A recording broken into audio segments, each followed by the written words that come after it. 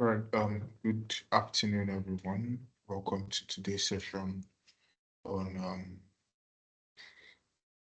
reactive maintenance. And today we are going to be discussing using reactive maintenance to improve uptime.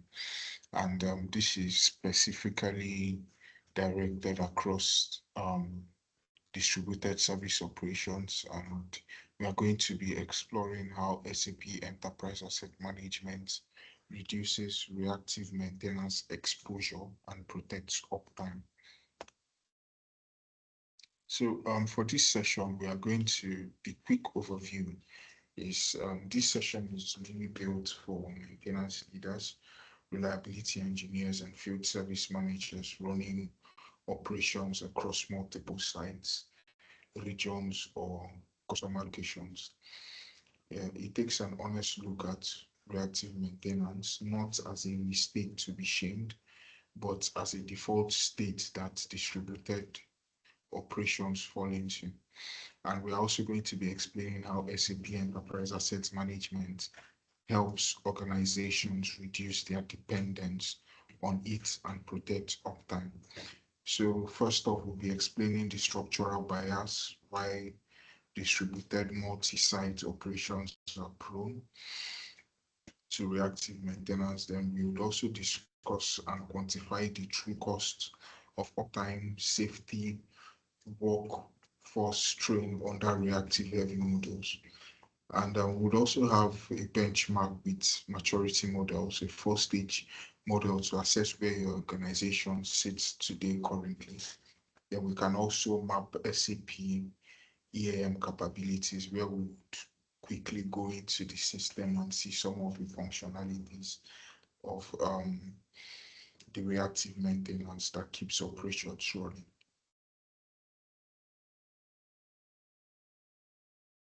Okay, now let's quickly take a deep dive.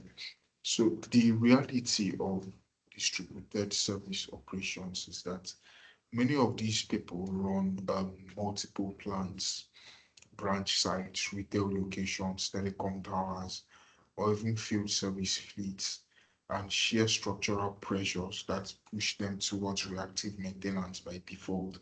And reactive maintenance is the symptom, not the root cause. The root cause is fragmented visibility and disconnected process. Exactly the gap an EAM system is built to close. Now, when we are talking about the fragmented visibility and disconnected processes in an instance where we are running um, different plants, multiple locations, each site has its own master data, and bringing these assets data and master data, recording them on live spreadsheets, saving them in local files, or even undocumented at similar sites, right? So this fragmented information can create a limited visibility for us, when there is little to no central planning insight into the actual asset conditions at any given site. Disconnected technicians, having mobile teams who are often outside the network coverage when work needs to happen, decentralized spare parts in cases where inventory is inconsistently stocked, causing delays and repeated visits, and there is little to no consistent standard, and each site would have built its own informal process, and there is no uniformity amongst all these companies. So such situations would be a hindrance to the maintenance activities of these companies, right? So how is reactive maintenance honestly accessed? When we are assessing our reactive maintenance, that's the prone to failure. It's usually performed only after an asset has failed or degraded to stoppage. Now, it sits at one end of a spectrum that runs through preventive and predictive maintenance. The problem is rarely that reactive maintenance exists. It's when it is the default for everything by accident.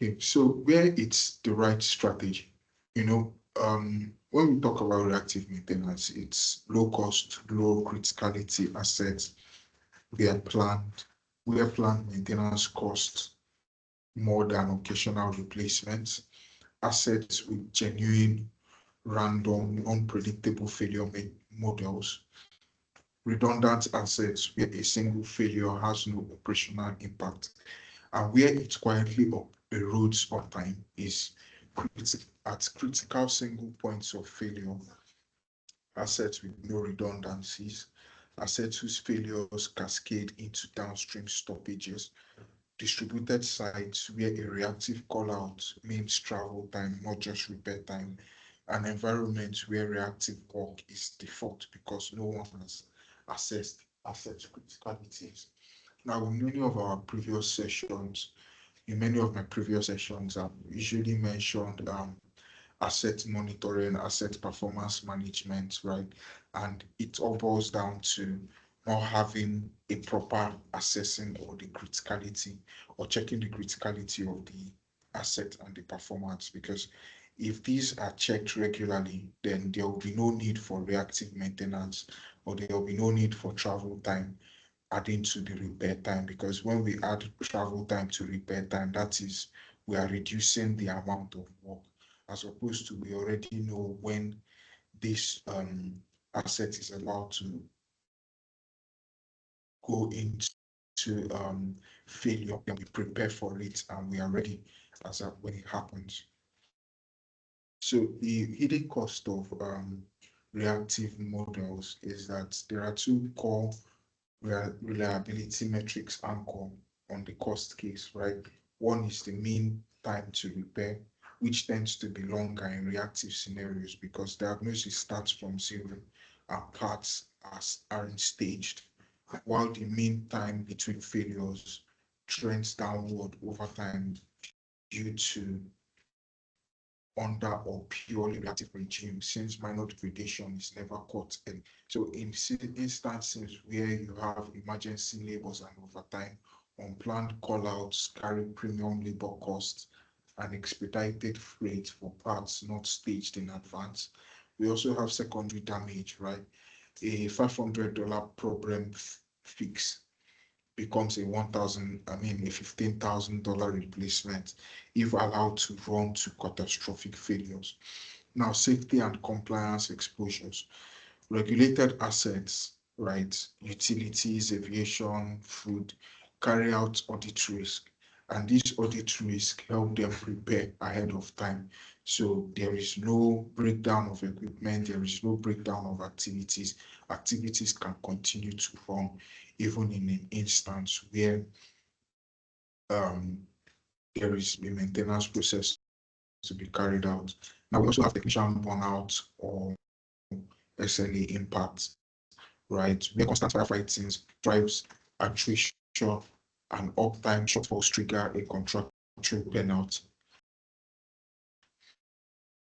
From reactive to resilient impact. So we use this four-stage model to self-assess where your operation sits, right? Each stage block a map directly to SAP EAM capabilities, helping you to identify what specifically moves you up one stage, right? So first off, we have the firefighting, the paper or email based, no central asset records, tribal knowledge only. So the reactive share is about 80 to 100%, right? When we talk about the reactive managed, so here digital work orders exist, but are mostly logged after failure, right? Limiting the plant maintenance schedule. And we have a reactive share of about 55 to 80%. Then we have the stage three, which is the preventive led, where plant maintenance or the plant maintenance supervisor plans by asset criticality, spares are aligned to plans, reactive work triaged and tracked, right? So here the reactive share stands at about 25 to 55%. So we also have the predictive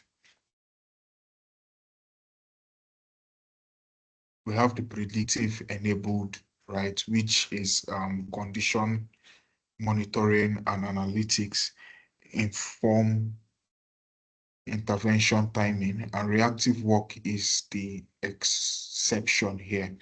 So the reactive share here is under 25%. So when we're talking about each of these, right, we see how as we climb up the ladder, right, the reactive process reduces. So at the firefighting stage, where there is no asset record, we are just working based on how things are happening. We see we have between 80 to 100, which is usually the highest, right? Then we have the reactive managed, where at least there's a bit of logging, there is a bit of work orders that exist.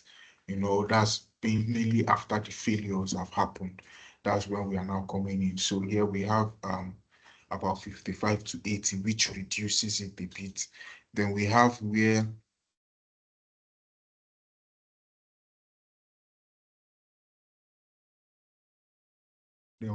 the plant maintainer plants assets based on their criticalities. We have reactive work that are triggered and tracked. So here we see the reactive shares reducing to about 25 to 55%. Then the predictive enabled model, where we have prepared everything ahead of time. Right, in an instance where we have everything set up, work orders, task list, every other maintenance activity that would lead to preventing downtime on site.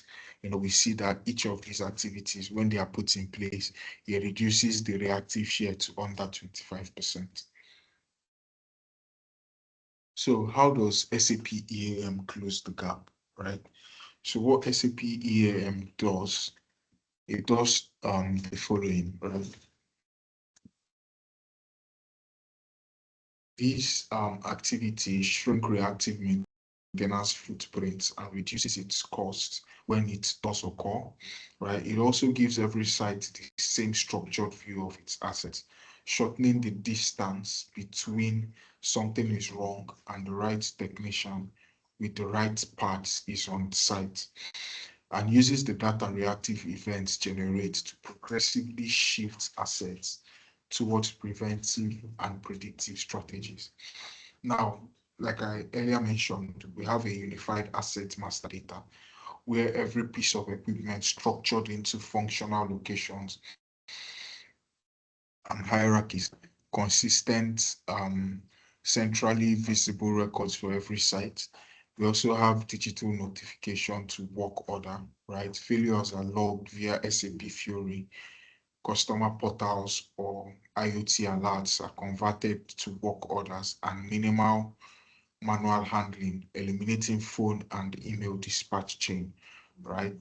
Then we also have the mobile offline capable field execution, where SAP Asset Manager lets technicians view asset history, complete work orders, sync documentations offline, keeping distributed teams as equipped as central plant.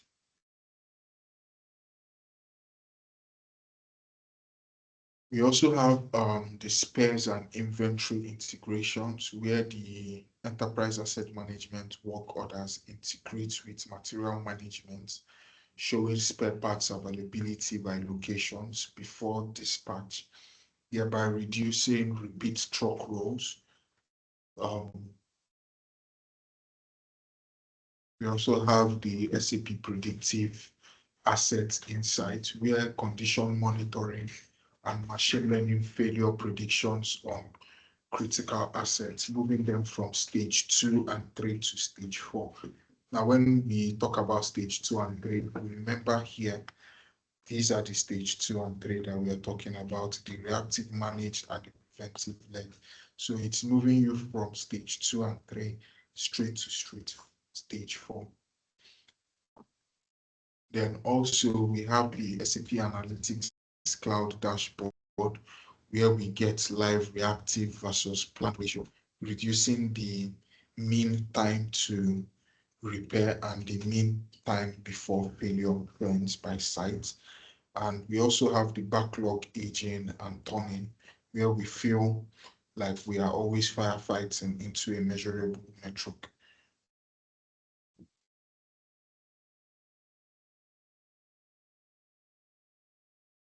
Okay, so quickly, the before and after scenario of up.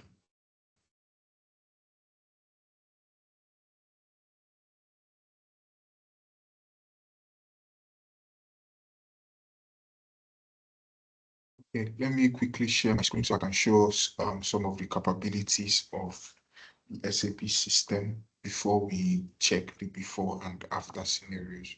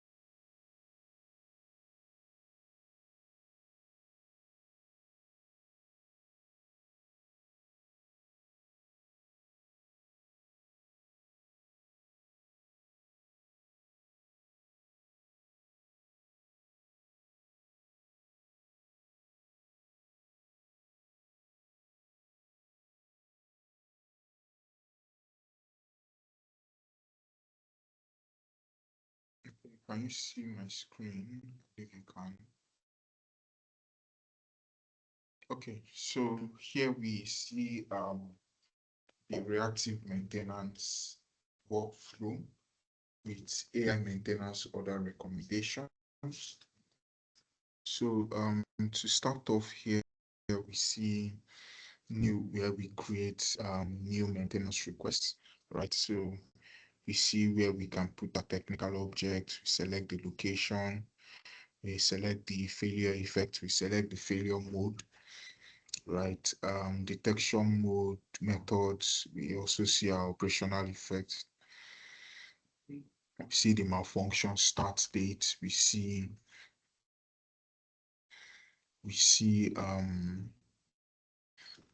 the general data, the description, and how what the particular maintenance request is all about. So going forward here, we also see where we can either edit, accept, or reject.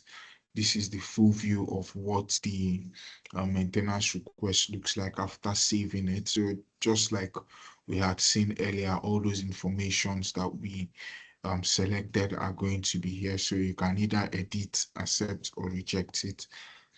So moving forward, after we've submitted and either accepted or rejected, we can now create a maintenance order, right, from the maintenance request that was initially generated. And this maintenance request will generate a maintenance notification, which we can use to create the maintenance order.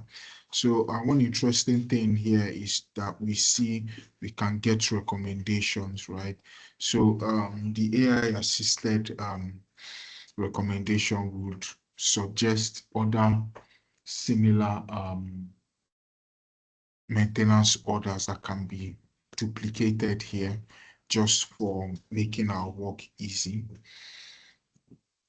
Yeah, when we select the recommendation, we can now see matching scores, see the parameters based on the order, based on the technical object, based on what the description is. Then you can select the one you want, depending on what you're looking for. If it's not here, then you can go ahead to create your own. So when you've selected that, then you can now see the other information that is here. See the assigned notification here, right? We also see the order number. We see the order status. we see the phase and the sub phase, right? It's still in planning phase because we've not released the order. So that's where it's going to be for now. Then also after we've submitted, we've continued the process, then we can now generate and start processing our purchase requisitions, right? After we've submitted our order, after it has been approved, then we can now go to the purchase requisition where we process our purchase requisition. In cases where we have backlogs, we can maintain our backlogs, clear them out, change the scheduling in cases where the scheduling dates have changed and we need to change them. We can also do that when we are managing our backlogs. Then we can also see our maintenance schedule board here, where we see the maintenance order and the scheduled time, the scheduled date, the scheduled period for it, right? Then at the end of that, we can now perform our maintenance job, select and clear out every backlog that we have. Then here we see the maintenance order when it has we've cleared it out after performing the maintenance job on it. Then we can now select, change the order status here by main work completed. In cases where we need to edit the order, we can also do that.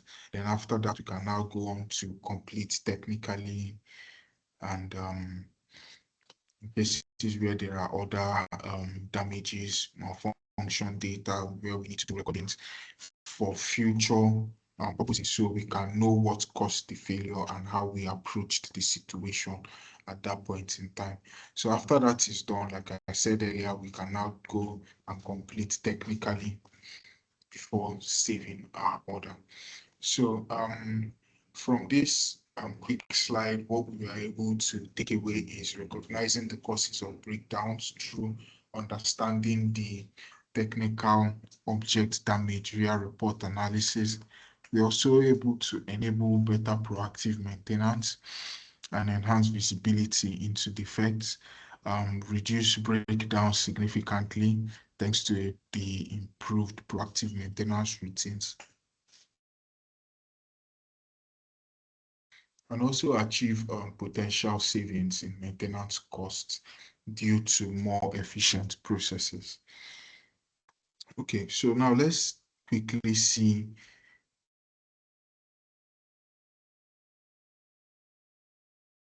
the before and the after effects of using SAP EAM.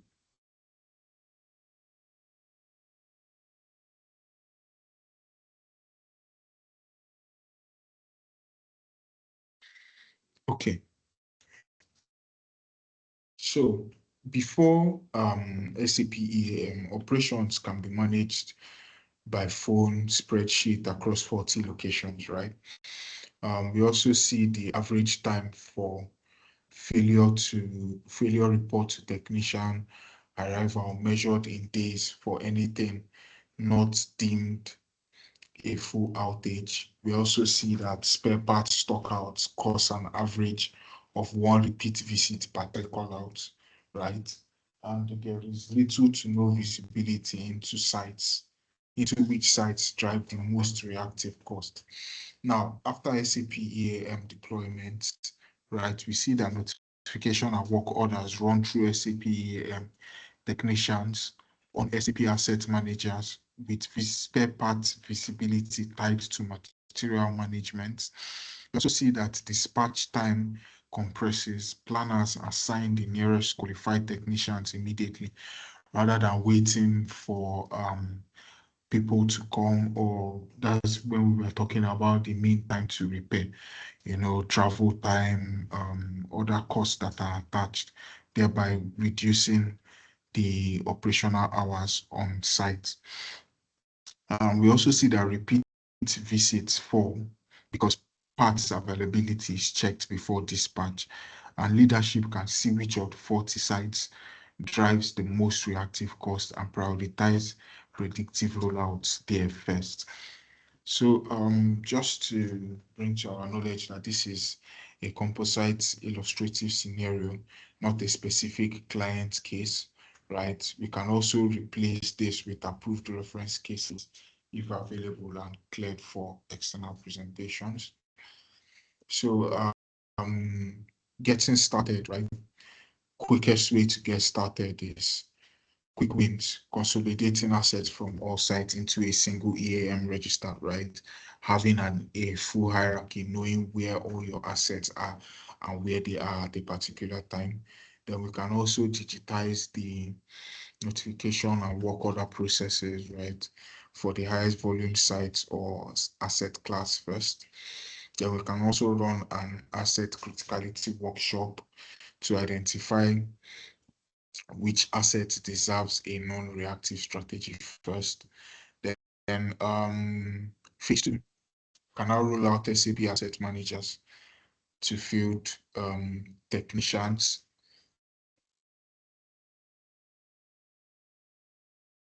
Can also integrate spare part visibility with materials management for those same sites. We can also stand up baseline, mean time to repair and the mean time before failure, reactive ratio dashboards. Then by 9 months, we are already having a layer of SAP predictive asset insights onto the highest criticality, highest failure and cost assets identified in phase one. Then we can also expand our maturity model self-assessment site by site, using it as an ongoing governance tool rather than a one-time exercise. So just to close up and to round off, um, reactive maintenance isn't the enemy, right? An unmanaged invisible reactive backlog is. And SAP EAM gives us distributed operations, or gives distributed operations the visibility and workflow to shrink that backlog and protect uptime, one asset class at a time. Now, we can also offer a follow-up workshop, book a quick session with us in cases where we can also have a live Q&A session, right, where we can answer many of your questions, and we can also provide our details at the end of this session so you can reach out to us. Thank you very much for your time, and see you on the next session.